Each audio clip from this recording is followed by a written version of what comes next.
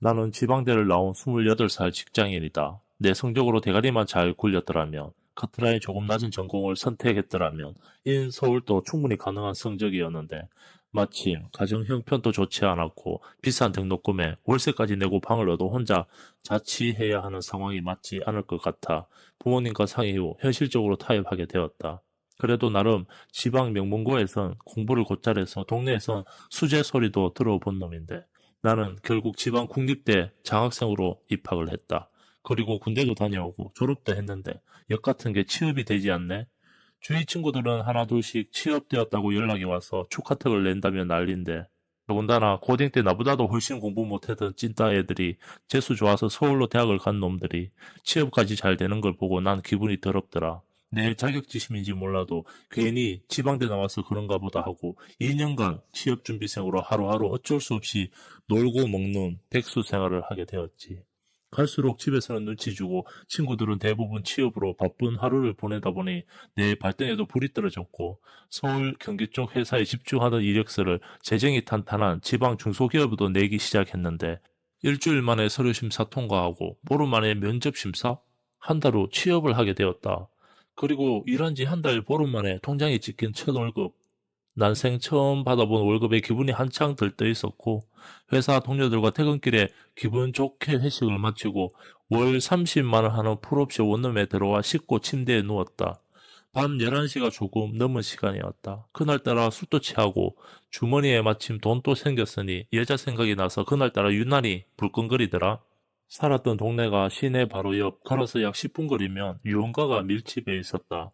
그래서 그 밤에 나이트클럽을 혼자 갔는데, 불금이라 그런가 공장이 많아서 그런가 공순이들과 동네 아줌마들로 나이트하는 여자들로 넘쳐났다.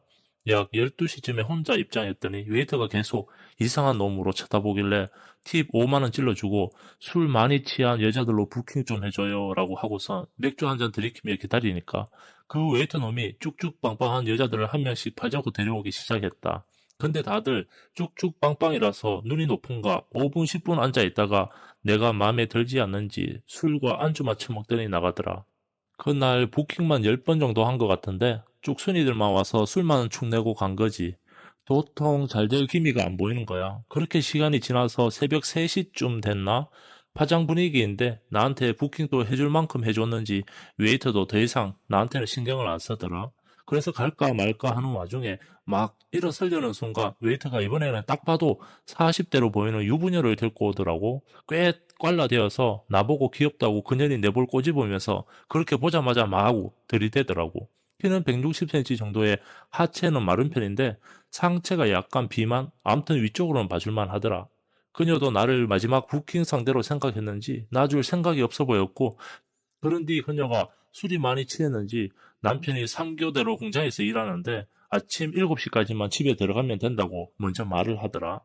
나이는 어두워서 내가 잘못 봤더라고. 40대까지는 아니었고 자기는 30대 중후반이라고 하는데 정확히는 알려주지 않더라. 급히 밖으로 데리고 나가 따로 한 잔 더 하려고 했지만 7시까지 들어가야 한다길래 곧장 우리 집으로 데리고 갔어. 어쩌고 저쩌고 대화를 나누다가 술도 취하고 오랜만에 과격한 운동을 해서 그런가 피곤이 확 몰려오니까 잠깐 잠이 들었다. 잠깐만 눈 붙이고 일어나 가기 전에 한 번 더 들이대 보려고 했었는데 그만 깊은 잠에 들고 말았다. 일어나 보니 훤한 대낮이었고 그녀는 내가 자고 있는 동안 집을 빠져나가고 없더라. 그리고 며칠 후 나이트에서 내 휴대폰에 직접 입력시켜준 번호로 연락을 했더니 연락을 안 받더라. 앞으로 종종 만나서 파트너로 지내면 좋을 것 같아 엄청 기대하고 있었는데, 그래서 받을 때까지 연락을 했지. 그랬더니 몇 시간 뒤 그녀에게 카톡으로 연락이 왔더라. 너 진짜 못하더라. 그만 연락해. 너무 열받아서 전화를 했더니 그녀가 첫 통화에서 딱 한마디 절대 안 만날 거니까 꺼져 그러더라. 진짜 그동안 취업 안 돼서 2년 동안 힘들었던 것보다 더 열받고 화가 나더라. 도대체 뭐가 문제일까요? 내가 아줌마는 처음이긴 했지만 여자를 한 번도 안 만나본 것도 아니고 그동안 몇 번의 연애도 해봤지만 이렇게 까여본 적은 처음이라 당황했다. 분명 나이트에서 나한테 첫눈에 반했다며 이상형이라고, 자기는 키 크고 듬직한 남자가 좋다라고 했었는데. 나는 결혼 5년 차의 40살 평범한 직장인입니다. 어린 나이는 아니지만 아직 나는 아침마다 혈기왕성한 어린 나이 못지않게 천장을 찌르고 있다. 하지만 걸림피를 언제든지 아내에게 풀어버리고 싶지만 35살 된 아내는 아이를 출산하고 후유증으로 인해 살이 쪄서 내 앞에서 몸을 보여주기 싫어한다. 그냥 조금 찐 정도가 아니라 키가 163인데 70kg도 넘었고 아무리 노력해봤지만 다이어트에 늘 실패했고 살 빠지면 관계를 하자. 그때는 꼭 하자. 그러던 게 벌써 2년째. 아내와는 자연스럽게 관계를 하지 않게 되었네요. 처녀적 아내는 내가 보아도 정말로 몸매가 잘 빠져서 쳐다보는 것만으로도 꼴리고 하루에도 몇 번씩 들이대곤 했었는데 나도 나름 불만이 컸다. 아내가 일주일간 유럽으로 친구들과 해외여행을 갔고 그동안 아이를 봐주기 위해 장모님이 와 계셨다. 장모님은 일찍 결혼해서 나랑은 17살 차이는 50대 후반에 또래 친구들보다는 한참 어려 보이고 곱게 늙은 아줌마였다. 장모님은 10년 전에 이혼하고 혼자 지내시는데 남자들도 많이 만나고 골프도 자주 치러 다니며 즐기면서 살아서 그런가? 나랑 같이 있으면 동네 아줌마들이 보기 좋다면서 모르는 사람이 보면 애인사인 줄 알겠다 할 정도로 꾸밀 줄도 알고 젊게 사시는 분이었다. 겉모습뿐만 아니라 평소에 나랑도 가끔 만나 영화도 보고 술도 한잔하며 허심탄회하게 대화를 나눴고 친구처럼 아들처럼 아껴주는 분이었다. 아내가 여행 간 첫날 아이를 재우고 둘이서 저녁을 먹고 있었다. 장모는 요리 실력은 없어 대부분 배달시켜 먹었고 그날은 장모님이 좋아하는 모든 회를 시켜 데우기만 하면 되는 매운탕과 식사 겸 모처럼 둘이 소주를 한잔했다. 장모님은 사위한테 뭐라도 해주고 싶은데 실력이 시원찮아 매번 배달 음식만 먹여서 미안하다고 한다. 나는 아이 봐주고 집에 와 있어 주는 것만으로 충분히 고맙게 생각한다면서 사람들이 다 자기만의 장점이 있잖아요. 장모님은 사랑스럽고 나랑 이렇게 술 친구 해주는 게 얼마나 제가 만족하는데 그런 말씀 하세요. 이런저런 이야기 끝에 장모님은 요즘은 딸과 문제가 없냐며 물어보는데 평소 같았으면 네, 잘 지내죠 라고 말했을 텐데 술도 취하고 불만이 많았던지라 생각할 겨를도 없이 출산 이후부터 전혀 관계가 없어요. 너무 힘들어요. 장모님은 당황해하면서도 끝까지 내 이야기를 들어주었고 분명히 아내가 잘못한 건 맞지만 출산 후유증으로 살이 쪄서 보여주기 싫어서 그런 거니까 좀 이해해 달라고 하네요. 그리고 이런저런 이야기를 나누다가 샤워를 하고 방으로 들어왔다. 장모님은 식탁을 치우고 설거지를 하고 있었다. 그런데 갑자기 장모님이 내 방으로 들어오더니 자기도 기분이 썩 좋지 않아 잠이 오지 않는다며 2차로 맥주를 한잔 하자고 해서 캔을 들고 소파에 앉았다. 그러면서 장모님은 3년 동안 외도는 하지 않았느냐, 술집 같은 데 가지는 않았느냐, 어떻게 참고 살았느냐 물어보기 시작하는데 평소에도 스스럼 없이 대화를 주고받고 색드립도 치는 사이라 그런 노골적인 질문들이 놀랍지는 않았습니다. 나는 더 이상 참을 수 없어 이제까지는 아내가 거부할 때마다 화장실 가서 혼자 해결했는데 하루 이틀도 아니고 이대로라면 다른 여자와 바람을 필 것 같네요 라고 말했다. 장모님은 내 말을 듣더니 심각해 보였는지 생각이 많아 보였다. 새벽이 되었어야 술판이 정리되고 내 방으로 돌아와 누웠다. 그런데 한참 뒤 또 장모님이 방으로 들어와 이번엔 내 침대 오른쪽 편에 앉아 장모님이 내 손을 잡더니 허벅지를 만져댄다. 자세히 보니 장모님은 내가 한 번도 본 적 없는 야한 잠옷을 입고 있었다. 장모님은 기속말로 속삭이는데 내가 기분 좋게 뽑아줄 테니 바람은 절대 안 돼? 나는 물리치고 싶었지만 장모님이 무안해할까봐 어떻게 나오는지 지켜보고 있었다.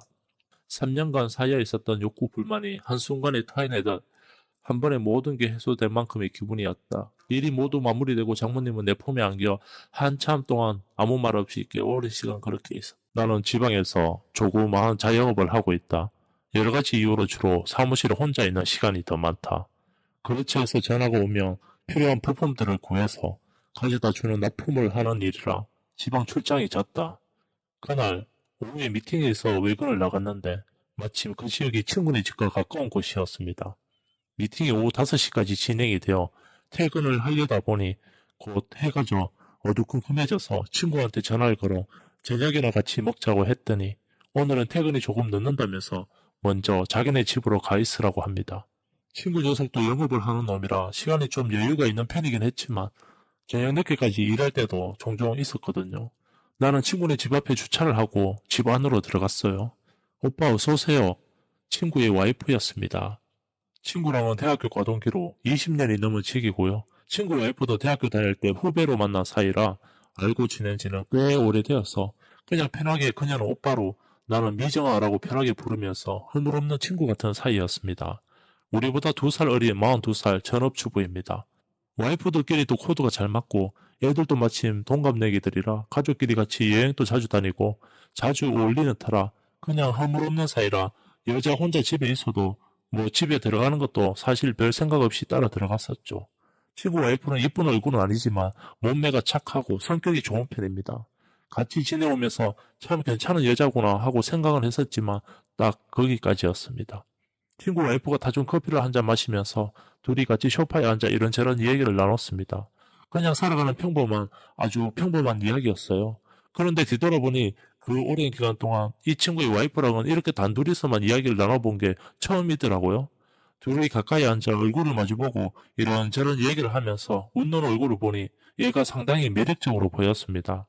미정이한테 이런 매력적인 면이 숨겨져 있었구나 생각하며 이야기를 하던 중에 친구 와이프가 묻더라고요. 오빠는 살면서 해본 것 중에 가장 미친 것 같은 일이 뭐예요? 되게 말도 안 되는 상황인데 정말 순간적으로 미정이와 불륜 같은 일을 하고 싶다는 생각이 들더군요. 미친 짓을 어떻게 말해? 그럼 날 미친놈이라고 생각할 텐데 허허. 여기서 그냥 다른 얘기로 화두를 넘겼으면 좋았을 텐데 친구 와이프가 재차 묻더군요. 아이 그러지 말고 얘기해봐요. 뭔가 애교를 부리며 애원하는 모습이 귀여워 보였습니다. 그래도 내가 아무 말도 하지 않자 그러면 혹시 아내 몰래 바람 핀 적이 있냐고 묻더군요. 그런 걸 어떻게 말해? 그만 물어. 그녀는 아쉬워하는 표정이었습니다. 그래서 내가 미정이는 외도한 적 있어? 라고 물었더니 그녀도 아무 말을 못하더군요. 그러면서 자기가 한 달 전부터 보험 일을 시작했는데 이번 달 실적이 없는데 오빠가 처음으로 개시 한번 해주라 그러더군요. 당장 필요한 건 없었지만 원금이 50% 정도까지 보장이 되고 여러 가지 혜택도 많은 게 있다면서 권유를 하길래 시간 날 때 서류 가지고 한번 보자고 했어요. 그리고 며칠 뒤 친구 집과 우리 사무실은 차로 약 1시간 30분 거리인데 오후 늦게 미정이가 보험 서류를 들고 찾아왔더군요. 평소에 못 보던 짧은 치마에 속이 깊게 패인 나시를 받쳐 입은 잘 빠진 몸매의 미정이를 보자 평소엔 느끼지 못했던 이상함을 느꼈다. 어머, 사무실 처음 와보는데 정말 깨끗하네. 남자 혼자 있는데 왜 이렇게 깔끔하게 하고 있어? 그녀는 두리번거리면서 사무실 구경하고 난 그동안 그녀를 훑어보며 그녀를 구경을 했죠. 우리는 소파에 마주 앉아 대충 거칠의 인사말을 주고받고 그녀에게 커피를 한 잔 줬어요. 그리고 책자를 꺼내 설명을 하는데 아직 초보라서 그런지 반대로 보면서 설명하기가 불편한지 내 옆으로 와서 앉더군요.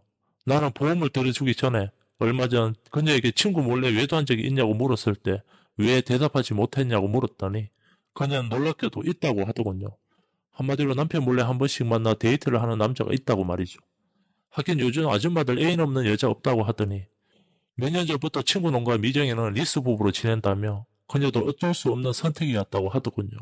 그리고 함께 저녁을 먹고 그녀와 헤어졌습니다. 이후 그녀는 사무실 근처로 볼일 보러 올 때마다 내 사무실에 들렀고 내가 없을 때도 비밀번호를 알려줘 잠깐씩 쉬다 가곤 했어요. 그러다 어느 날 제가 미친 건지 소파에 앉아 쉬고 있는 미정이에 다가가 그녀의 볼에 뽀뽀를 하고 말았습니다. 생각지도 못한 저의 행동에 적잖이 당황을 했는지 친구 와이프는 눈을 동그랗게 뜨고 아무 말도 못한 채 저를 바라만 보고 있었습니다. 그런 모습조차 왜 그리 매력적으로 보이는지 미정아 바람 피울 거면 아무 남자나 만나지 말고 나랑 만나자 어때? 친구 와이프는 처음에는 많이 당황한 듯 움찔하는 것처럼 느껴졌지만 내가 장난이 아니고 진심인 걸 알고서는 살며시 눈을 감더라고요. 그날부터 우리는 사귀게 되었습니다. 남의 떡이 커 보인다고 그녀와 하루하루를 기분 좋게 보냈어요. 들키기 전까지는. 안녕하세요. 저는 20대 후반의 평범한 여자입니다. 나이 많은 유부남을 만나 한동안 잘 사귀었지요. 스릴도 있고 서로의 궁합도 잘 맞는 거예요. 편부모 가정에서 자랐다거나 아버지 사랑 못 받고 자란 것도 아니고요. 나이 많은 남자를 좋아하는 타입은 더더욱 아니었습니다. 지금까지 사귄 남자 중 나이 가장 많은 오빠가 6살 연상이었고 나머지는 동갑이나 연하였어요. 하지만 40대 중반 유부남을 좋아하다니 미쳤다고 생각할 수도 있겠지만 30대 중반으로 보이는 동안 외모에 정말 멋진 분이십니다. 경제적으로 넉넉하고 또래 남자들한테는 볼 수 없는 여유로움과 재력이 저에게 너무 멋있어 보였어요. 그만한 외모의 회사에서 인정받는 능력까지 솔직히 그분의 뛰어난 업무 능력과 직원들을 대하는 카리스마 거기에 대해 출중한 외모에 끌렸고 부적절한 관계인 거 알고 그만두려고도 해봤는데 제가 그분에게 너무 빠져 있어요. 콩깍지가 아니라 정말 어떤 여자가 봐도 매력적이십니다. 또래 남자와 데이트 코스 자체가 다르고요. 젠틀맨이란 단어가 어울릴 만큼 신사적인 분이세요. 전 세상을 다 얻은 기분이었습니다. 15살 연상의 같은 팀의 부장님이었는데 1년 동안이나 숨죽여 지켜보다 그리 되었는데 얼마나 좋았겠어요.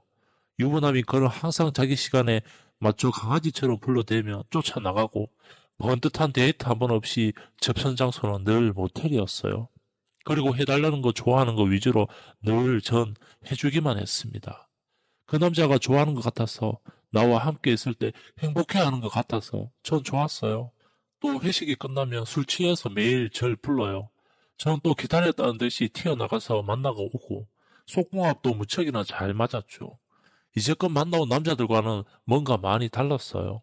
하지만 이 관계 언젠가 끝날 관계였죠. 그분도 평생 처자식을 등지고 저와 만날 수 없는 입장이고 저도 언젠간 정상적인 연애를 하고 결혼도 해야죠. 그만둬야 한다는 거 너무나 잘 아는데 정말 쉽지가 않아요. 근데 6개월이 조금 넘어가는 시점부터 그 남자는 술에 취해서만 연락만 할 뿐 저한테 별 신경을 쓰지 않는구나 느낌이 왔어요. 행복하다가도 이 행복이 왠지 얼마 못 가 깨질 것만 같고 하루하루가 그때부터 불안했습니다. 이후 사사건건 다툼이 생겨나고 오해와 불신, 그래서 서로 만나서 다시 싸우고 제대로 된 화해 대신 술자리에서 이어지는 또 하룻밤.